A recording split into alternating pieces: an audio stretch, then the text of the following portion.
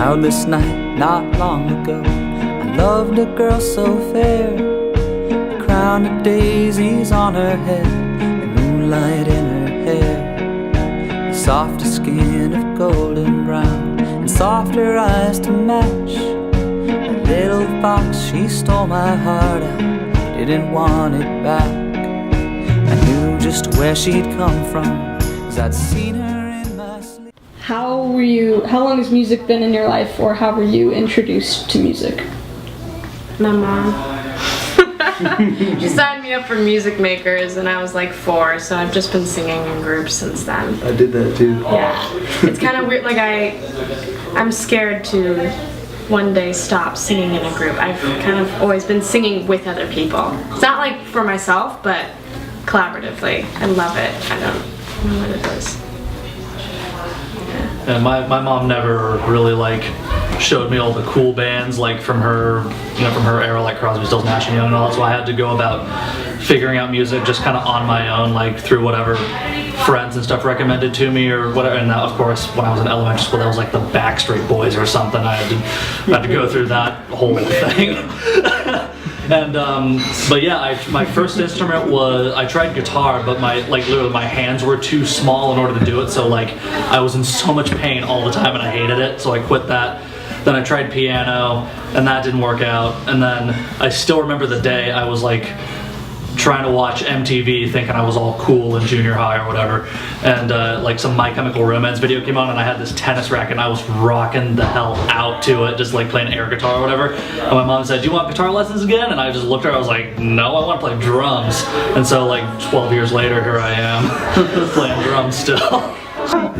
Oh man, I actually had no one in my family plays music. No one in my family even likes music. That sounds really crazy, but I'm serious. Like they don't, not that they dislike music, but they don't. It's not like, you know, my parents. None of my family has like record collections. Like my dad is so. My parents are just vanilla. You just turn on the radio, like, oh, just the two of us. Like they'll just sing. You know, like they don't really have a passion for music. They don't go beyond listening to the radio. So I don't know where I came from. When I was like 10, you know, my neighbor let me borrow this tiny acoustic guitar. It was an unknown brand, and you know, I just plucked around on it. But it wasn't until I was about 12 or 13 when I started listening to actually like bands like Silverchair and the Toadies that like really got me into wanting to play rock music, you know. And so that's what propelled me to playing guitar. And then in the beginning I was all about like 90s alternative, you know, style music, and then I discovered blues, you know, living in Texas, and guys like Jimmy Vaughn and Buddy Guy, you know, those, and I was blown away just how beautiful it sounded. And I don't know what awoke it in me to do that, but I never put down the guitar since. And my family still doesn't understand why I keep doing it, but it's something that I'm probably gonna make a difference in my family tree. Pretty much forever. I mean, you know, my earliest memories of music probably go back to around the time I was 4 or 5. And, you know, it's been in my life in different ways over that time, but the long and short of it is that it's always been there on some level, you know. But I think that the ways that I've engaged with music have changed over the years, so. How has playing music changed your life? I can start with that. I mean, you know, I think about this a lot, like what kind of person would I be if I never picked up the guitar and started playing music? And honestly, that thought scares me. I don't even want to imagine what kind of person I'd be. It's added something to my life, and I'm sure really everyone who picks up music and is passionate about it, it adds a certain essence to your life that there's no substitute for. You know, it's like a natural, like, just feeling that you can't really beat, and you know, it's what caused me to leave a perfectly solid future in a you know, working for an oil and gas industry, and dropping all of that and just packing up my guitars and my clothes and driving to Los Angeles to try and make something out of music. So if it's making me do crazy stuff like that, it's got to be for good reason. So it's one of those things that just shows in these things we do. You know? I'm kind of the same way. Like, what kind of person would I be if I had never picked up any drumsticks or anything like that? I'd probably be a failing athlete right now, just attempting baseball or something. It pretty much like became my thing, you know. Frankly, just all I thought about, all I did. Didn't have a social life at all because I was just enamored with figuring out rudiments and like figuring out just different pieces of music to play, and I was just constantly playing all the time and all stuff. And yeah, it's pretty much like who I am. I've been drumming on furniture and stuff since I was a little kid, and it took me a while to figure out I could actually make a go of that for my life. So that's definitely music affected me for sure. I would say that music is my life, basically. So for me, music I think has affected me not just in the ways that I think it affects most people, where it's kind of something that provides inspiration at times and support at times and direction at times, things like that. But it's the most obvious way it's affected me is just that it's provided me a livelihood. So Yeah. You go. Well, from what I recall, basically we kind of all just came together through Ryder.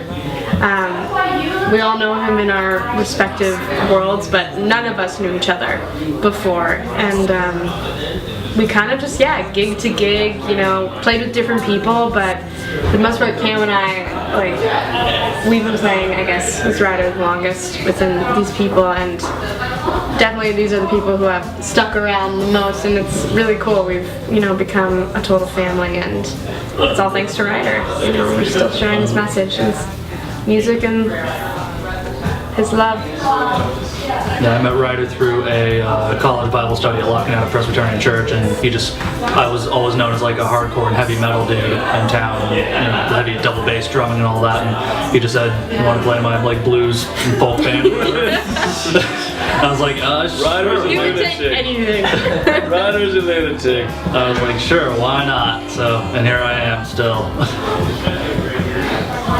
I met Ryder about a year and a half ago, randomly at a birthday bar hopping, and we just he was the only person in the group of friends I was out with that I didn't know. So I was like, let me talk to this guy, and we were like this by the end of the night, just talking music, and he mentioned that he needed a guitar player for a couple shows, and at the time I just moved to LA, and I moved here for music and hadn't been playing any shows, and I was going through this existential crisis of like, did I make the right decision moving here, because nothing's happening, and he pulled me out of that. So I owe him a lot, and when we played our show in Cameron's backyard that night, just the community and the informality and just everything about it just made me think of Texas, where I'm from, and so that was kind of my first moment where I felt like I can be comfortable here, and so that meant a lot to me, and that's something that always stuck with me when it came to anything to do with this band. So I can't not stick around. Ryder was the first friend I made in LA. I was also having an existential crisis coming to LA, because LA, I have less than kind words for That's Los makes Angeles. 3 or 4. Yeah, man. What is a knife? And I was walking down Pasadena Boulevard with my speed walking suit. Full helmet and everything. I don't know if you guys knew that. So, speed walking down South Pasadena, Colorado Boulevard, and I hear a guitar across the street, and I'm super nerdy for guitar stuff, play anything with strings, and I proceed to just jaywalk right across Colorado Boulevard, enthralled by the sound that's coming out of this. I'm like, oh, it's a Martin, it's a Martin, it's a Martin. Sure enough, I get there, it's a Martin. And I put my face up in the guitar hole. Dude, that thing's gorgeous. And he's like, thanks, man. Like, sweet. So Martin's a funny. type of guitar, by the way, in case. Yeah, Martin is yeah, Martin's a guy that he was holding into this with. What is? Anyway, yeah. We talked for 30 seconds, we exchanged numbers. Edward Shark was mentioned by one of us, and that was really what sealed the deal. He said we were going to meet up. I'd been told that like 50 times in the last 2 weeks, and this was the first guy to deliver. First friend I made in LA. I think I'll just say a quick word. I think the band is a revolving door. It's been, we're called the Breakers. We're a wave that continues to crash despite an obstacle that is thrown in front of us. And what's something that is also really special about Ryder is his ability to see potential into somebody that others might overlook, and that's why all of us are sitting on this couch right now. Ryder saw something in every one of us, and